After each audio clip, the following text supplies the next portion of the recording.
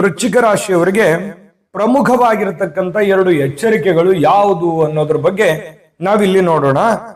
ನೋಡಿ, ಈ ತಿಂಗಳ ಕೊನೆಯಲ್ಲಿಯೋ ಅಥವಾ ಈ ತಿಂಗಳ ಮಧ್ಯಭಾಗದಲ್ಲಿಯೋ ನಿಮ್ಮ ಬೆಲೆ ಬಾಳತಕ್ಕಂತ ವಸ್ತು, ನಿಮಗೆ ಬಹಳ ಮುಖ್ಯವಾಗಿರತಕ್ಕಂತ ಬೆಳ್ಳಿಯೋ ಬಂಗಾರವೋ ಆಭರಣವೋ ಸೈಟೋ ಮನೇನೋ ಏನೋ ನಿಮಗೆ ಮುಖ್ಯವಾಗಿರತಕ್ಕಂತ ವಸ್ತುವನ್ನ ಕಳ್ಕೊಂಡ್ಬಿಡಬಹುದು, ಮಿಸ್ ಆಗ್ಬಿಡ್ಬೋದು, ದುಡ್ಡು ನಷ್ಟ ಆಗ್ಬೋದು ಅಥವಾ ಕಳ್ಕೊಂಡ್ಬಿಡ್ಬೋದು.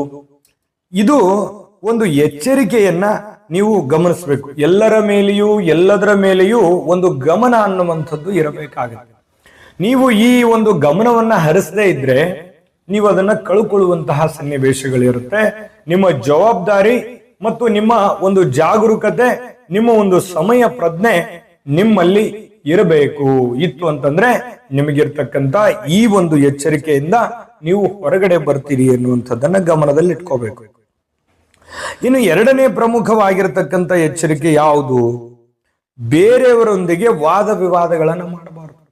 ಅನವಶ್ಯಕವಾಗಿರ್ತಕ್ಕಂಥ ವಾದ ವಿವಾದಗಳಲ್ಲಿ ವೃಶ್ಚಿಕ ರಾಶಿಯವರು ಭಾಗವಹಿಸಲಿಕ್ಕೆ ಹೋಗಬಾರದು. ಈ ತಿಂಗಳಲ್ಲಿ ಈ ಯಾವುದೋ ಒಂದು ಕದನ ಇರುತ್ತೆ, ಕಲಹ ಇರುತ್ತೆ, ಜಗಳ ಇರುತ್ತೆ, ನಿಮಗಲ್ಲದಂತಹ ಕೆಲವೊಂದು ವಿಷಯಗಳಿರ್ತವೆ ಅಥವಾ ನಿಮಗ್ ಸಂಬಂಧಪಟ್ಟಂತ ಕೆಲವೊಂದು ವಿಷಯಗಳಿರ್ತವೆ.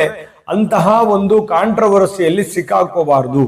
ನೀವು ಒಳ್ಳೇದ್ ಹೇಳಿದ್ರು ತಪ್ಪಾಗಿ ತಿಳ್ಕೊಳ್ತಕ್ಕಂತ ಜನ ಇರುವಾಗ ಇನ್ನು ನೀವು ಹೋಗಿ ಸ್ವಲ್ಪ ಧಮಕಿ ಹಾಕಿದ್ರೆ ಅಥವಾ ಆವಾಜ್ಲಿಂದ ಮಾತಾಡಿದ್ರೆ, ಏರು ದನಿಯಲ್ಲಿ ಮಾತಾಡಿದ್ರೆ ಇನ್ನೂ ಬೇರೆ ರೀತಿಯಲ್ಲಿ ಸಮಸ್ಯೆಗಳು ಎದುರಿಸಬೇಕಾದಿತ್ತು.